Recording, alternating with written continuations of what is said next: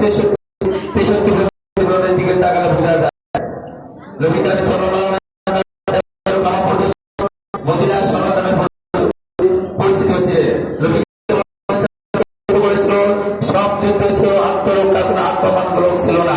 নবী করিম সাল্লাল্লাহু আলাইহি ওয়াসাল্লাম তাদেরকে নির্দেশ দিয়েছিল তোমরা আল্লাহ তাআলার প্রতি আল্লাহ তাআলার পরিচালনা করো, আল্লাহর সাথে তাদের বিরুদ্ধে জিহাদ করো। হ্যাঁ, তোমরা যুদ্ধের মধ্যে যে ছোট সন্তানদেরকে, কোন নারীদেরকে, কোন মহিলাদেরকে তোমরা হত্যা করো না।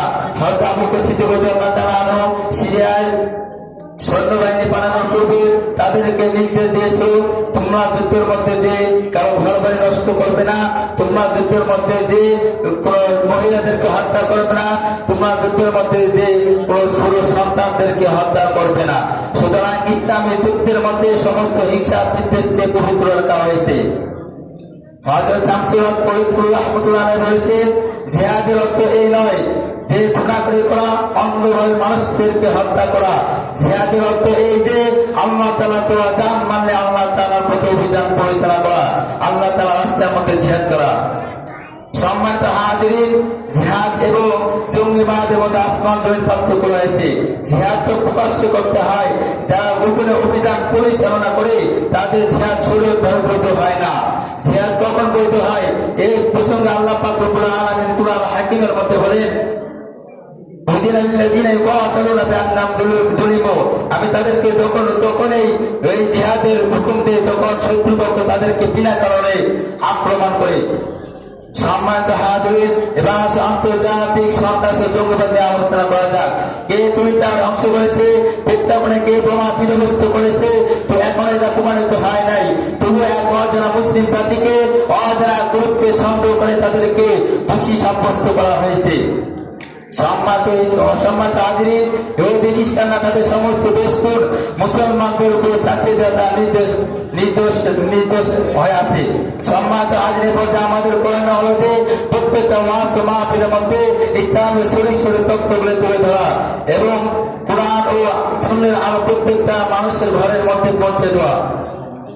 সম্মানিত হাজিরিন, জিহাদের অর্থ এই নয় রাত্রে 3টা বাজে তাহাজ্জুদ মতো আল্লাহর বান্দাদেরকে তওবা ইলামকে তাওয়াজ করে তাহাজ্জুদ পড়তেছিল, কোরআন ও কারিম তেলাওয়াত করতেছিল, তাদেরকে বিনা কারণে হত্যা করা এই জিহাদের প্রমাণিত হয় না। আরে জিহাদের অর্থ এই নয় রাতকে বিনা কারণে মানুষদেরকে হত্যা করে, বিনা কারণে মানুষদের উপর জুলুম করে, নিজেকে জিহাদ করতে দাবি করে, নিজেকে তাবলীগ করতে দাবি করে, নিজেকে ইসলাম পেতে দাবি করে। আমি তাদেরকে বলতে চাই, তোমরা বিশ্বের মধ্যে স্পষ্ট দেখিয়ে দিয়েছ যে আমরা বিশ্বের মধ্যে সন্ত্রাস। আজকে তার তৌহিদের মধ্যে ছাত্রদেরকে জঙ্গিবাদ বলে আমি তাদেরকে বলতে চাই, না না না, কওমি মাদ্রাসার মধ্যে কোনো জঙ্গি তৈরি করা হয় না। আরে কওমি মাদ্রাসার মধ্যে কিভাবে আল্লাহ তাআলার পরিচালনা করা যায়, কিভাবে নবী করিম সাল্লাল্লাহু আলাইহি ওয়াসাল্লামের সুন্নাহ শিখতে যায়। সম্মানিত হাজিরিন, কিভাবে মানুষকে ভালো হতে আনা যায় এই শিক্ষা দেওয়া হয়। সুতরাং যারা বলে কওমি মাদ্রাসার মধ্যে জঙ্গি সৃষ্টি হয়, আমি তাদেরকে স্পষ্ট ভাষা বলতে চাই, না না না, এই কওমি মাদ্রাসার মধ্যে জঙ্গি সৃষ্টি হয় না, তোমাদের বংশ থেকে তোমাদের কর্মে জঙ্গি তৈরি হয়। সম্মানিত হাজিরিন, আজ যারা বর্তমানে এই ইসলামকে জঙ্গিবাদ বলে কোরআন ও কারিমকে জঙ্গিবাদ স্বীকার করে, তো আমি তাদেরকে বলতে চাই, এমনকি না মহানবী সাল্লাল্লাহু আলাইহি ওয়াসাল্লামকে জঙ্গি বলে।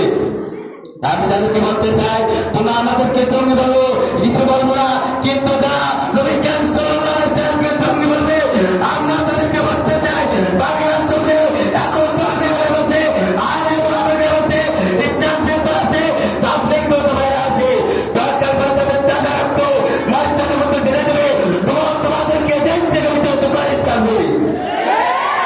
এই রাস্তায় তো বলাতে হয়েছে, তারাইতে হয়েছে, তোমরা এই বলানোর সুযোগ দেবে না।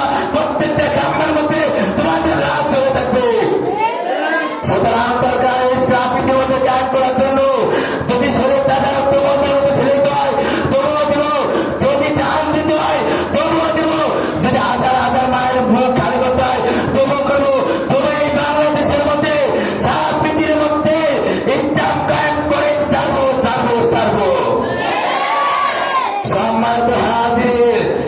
তাদেরকে বলতে চাই জঙ্গিবাদের জঙ্গি বলতে চাই, এমনকি তারা আলেমকে জঙ্গি বলে। আমি তাদেরকে বলতে চাই আলেম ওলামা কখন জঙ্গি হয়? যখন তোমার বাংলার জমিন থেকে বিসমিল্লাহ শরীফের ইচ্ছা করো, যখন আলেম ওলামাকে হুঙ্কার দেয়। সুতরাং তোমরা যদি আলেম ওলামা এমনকি এদেরকে জঙ্গি বলে দিতে পার, আমরা বলতে চাই মাদ্রাসা তলবে বসে থাকবে না, তারা ময়দানে নেমে তোমাদেরকে দিয়ে ইসলামকে বাধ্য করবে। নাসরুল্লাহ হুকুম করে